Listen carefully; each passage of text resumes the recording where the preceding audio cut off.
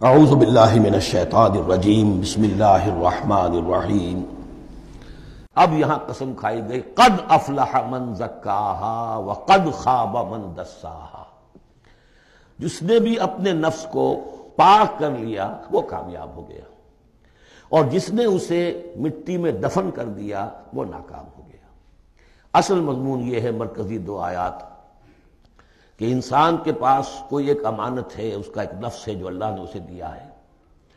اس نفس کو جس نے پاک کر لیا، سنوار لیا، بنا لیا، جس کے لیے مختلف الفاظ استعمال کرتے رہے ہیں، تعمیر سیرت، تعمیر خودی، کریکٹر بلڈنگ، ایک انسان اپنی شخصیت کو بناتا ہے۔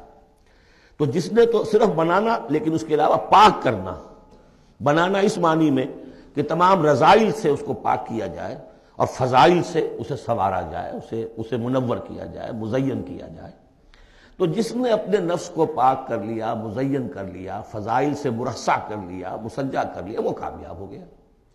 خواہ یہاں پر اس کے پاس جائیداد نہ بنی ہو، دولت اس کے پاس جمع نہ ہوئی ہو، دنیا والے اس کو جانتے بھی نہ ہو، وہ غیر معروف آدمی ہو، کچھ بھی ہو، یعنی ایک معیار ہے کامیابی ناکامی کا جو ہم لوگوں کے سامنے رہتا ہے۔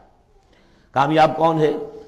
زیادہ پیسے والا، زیادہ دولت والا، جو زیادہ پروفیشن میں شائن کر گیا، بزنس میں آگے نکل گیا، کسی بھی اعتبار سے۔ لیکن اس میں زور ہے قد افلح من زکاہا، اصل میں کامیابی اور فلاح تو اس کی ہے۔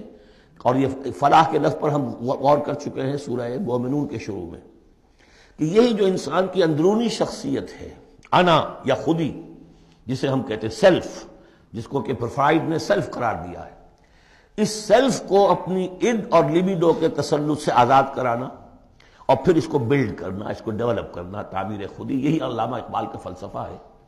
تو یہ ایسے ہی ہے کہ جیسے کہیں خزانہ تھا، آپ نے کھود کر اس میں سے خزانہ نکالا۔ تو یہ ہمارا سیلف جو ہے، ہماری خودی جو ہے، یہ بھی در حقیقت ہمارے اس حیوانی وجود کے اندر دفن ہے۔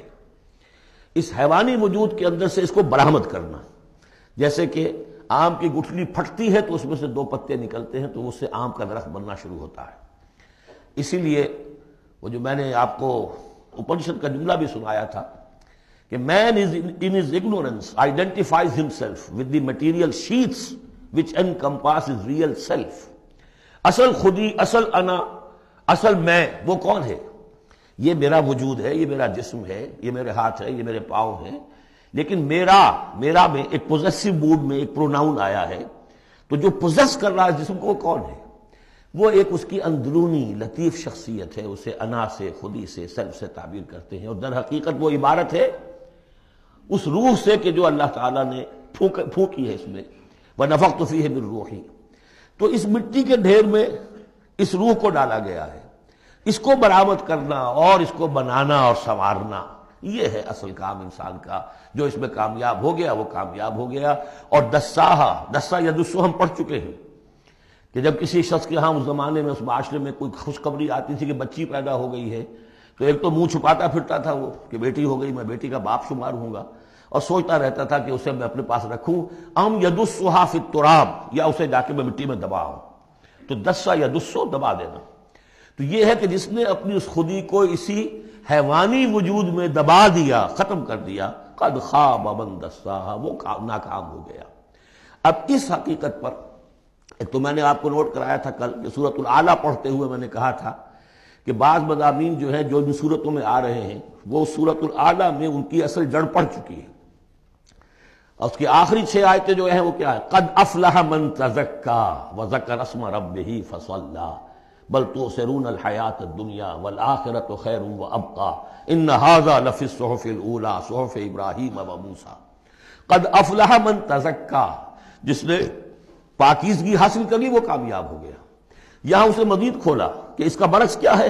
قد افلح من زکاہا وقد خاب من دساہا۔ اس پر گواہیاں لائی گئی ہیں کہ جیسے تمہیں پوری اس کائنات میں تضادات نظر آتے ہیں، رات ہے، دن بھی ہے، آسمان ہے بلند، زمین ہے پست، بالکل اسی طریقے سے انسان کا معاملہ بھی یہ ہے کہ اگرچہ ویسے تو شکل و صورت میں سب تقریباً ایک جیسے انسان ہیں، ہیومن بینگز ہیں، لیکن دو مختلف قسم کے راستوں پر یہ چل رہے ہیں۔ ایک راستہ وہ ہے کہ یہی حیوانی نفسانی خواہشات اور اسی کے اندر پوری زندگی جو ہے گزارنی، اور اپنے اس اصل روح ربانی کو، اپنی اصل امانت الہیہ کو دبا دیا، گویا کہ چلتے پھرتی قبر بن گئے اس کے لیے۔ حیوان انسان چل رہا ہے، لیکن وہ انسان جو ہے وہ روحانی وجود اس کا، وہ اس کے اندر دفن ہو چکا ہے۔ تو قد خواب من دساہا قد افلح من زکاہا، اس پر یہ ساری قسمیں کھائی گئی ہیں۔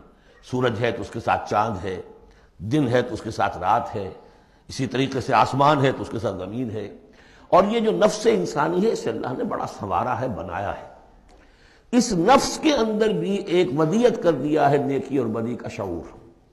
یہاں لفظ روح نہیں آیا، نوٹ کر لیجیے اسے، وَنَفْسٍ وَمَا سَوَّاهَا، یعنی جو یہ نفس انسانی ہے اس کے اندر بھی ایوولوشن ہوئی ہے۔ یہ نفس جو ہے اڈ یا لیبیڈو، یہ گدھے میں بھی ہے، کتے میں بھی ہے، گھوڑے میں بھی ہے، شمپنزی میں بھی ہے، لیکن یہ سارا نفس کا بھی تو ایوولوشن ہوا ہے۔ اس ایوولوشن کا مرتبہ آیا ہے انسان میں آ کر، وہ یہ ہے کہ انسان میں اس کے اندر ایک حس پیدا ہو گئی ہے، مورل سینس، کہ کچھ چیزوں کو وہ سمجھتا ہے کہ یہ بری ہیں، کچھ چیزیں اچھی ہیں۔ اور یہ اتنا یونیورسل کانسیپٹ ہے کہ جس کو یوں سمجھیے کہ جس معاشرے میں جائیے سچ بولنا اچھا ہے، جھوٹ بولنا برا ہے۔ یہ کبھی ایسا نہیں ہوا کسی نے کہا ہو کہ جھوٹ بولنا اچھا ہے، سچ بولنا برا ہے۔ وعدہ کر کے پورا کرنا اچھا ہے، وعدہ خلافی کرنا برا ہے۔ جو شخص وعدہ خلافی کر رہا ہوتا ہے وہ بھی جانتا ہے کہ میں برا کام کر رہا ہوں، میرا اس کا ضمیر اس وقت اس کو ملامت کر رہا ہوتا ہے، جس کی قسم کھائی گئی ہے۔ لا اقسم بیوم القیامہ ولا اقسم بالنفس اللوامہ، یہ تمہارے اپنے اندر جو ہے، مائی کانشنس از پنچنگ می بھائی، کہ تمہارے اندر ایک اخلاقی حس ہے۔ یہ اخلاقی حس نفس انسانی میں ودیت شدہ ہے۔ روح میں جو کچھ ہے وہ تو اور بڑی شے ہے۔ روح انسانی میں تو معرفت خداوندی ہے اور محبت خداوندی ہے، دونوں چیزیں روح انسانی کے اندر موجود ہیں۔ ابھی یہاں سے نفس کی بات ہو رہی ہے۔ جیسے عالم خلق کے تمام جو مظاہر ہیں ان کو بیان کیا جا رہا ہے، سورج اور چاند عالم خلق کی چیزیں، عالم امر کی نہیں ہیں۔ رات اور دن عالم خلق کی چیزیں ہیں، آسمان اور زمین عالم خلق کی چیزیں ہیں۔ نفس بھی عالم خلق کی شے ہے، روح ہے عالم امر کی شے۔ تو نفس انسانی بھی نفس حیوانی سے ممتاز ہے بئی معنی کہ اس میں وہ ایک مورل سینس موجود ہے، جس کی بنا پر اس کے اندر یہ شعور ہے، ودیت شدہ، الہام شدہ، الہمہا، الہام کر دیا اس میں کہ کچھ چیزوں کو وہ جانتا ہے یہ خیر ہیں، اور کچھ کو جانتا ہے یہ شر ہے۔ اسی لیے قرآن مجید نے کثرت سے جو لفظ استعمال کیا ہے وہ معروف اور منکر۔ معروف وہ جو جانی پہچانی شے نفس انسانی جانتی ہے کہ یہ چیز اچھی ہے، منکر وہ جس سے کہ نفس انسانی اباہ کرتا ہے یہ کیا ہے، یہ نہیں ہونا چاہیے، یہ فطرت اس کے اندر موجود ہے، سرشت کے اندر۔ اب مرحلہ صرف یہ ہے کہ جب یہ بنیادی بیج تو اللہ نے تمہارے نفس میں ڈال دیا، اب اسے پروان چڑھانا تمہارا کام ہے، اسے آگے بڑھاؤ، پروان چڑھاؤ عمل صالح سے۔ الیہ یصعد الکلم الطیب والعمل الصالح یرفعہ، اچھا کلام ہو، اچھی بات ہو، اس کے اندر اوپر اٹھنے کی، اللہ کی طرف بڑھنے کی صلاحیت تو ہے، لیکن عمل صالح اس کے ساتھ ہوگا تو وہ اوپر اٹھے گا۔ تو یہ جو بھی پوٹینشل ہے انسانی فطرت کا، تو قد افلح، جس نے وہ محنت کی، مشقت کی، اس نے اپنی اس اصل انسانی شخصیت کو برآمد کیا، اس مٹی کے ڈھیر میں سے بنایا، اسے ایک بڑا درخت بنا دیا، تناور درخت بنا دیا جس میں وہ پھل لگے ہیں جو ہم سورہ تغابن میں پڑھ رہے ہیں، وہ کامیاب ہو گیا۔ اور جس نے اس کو دبائے رکھا، وہ مٹی ہی کی زندگی میں، اور جو جسمانی وجود ہے اسی کے تقاضوں کو پورا کرنے میں لگا رہا، وہ غائب ہو گیا، ناصب۔ اب اس کے بعد یہ کہ یہ معاملہ جس طرح انڈیویجولز کا ہوتا ہے ایسے ہی کسی معاشرے کا بھی ہوتا ہے۔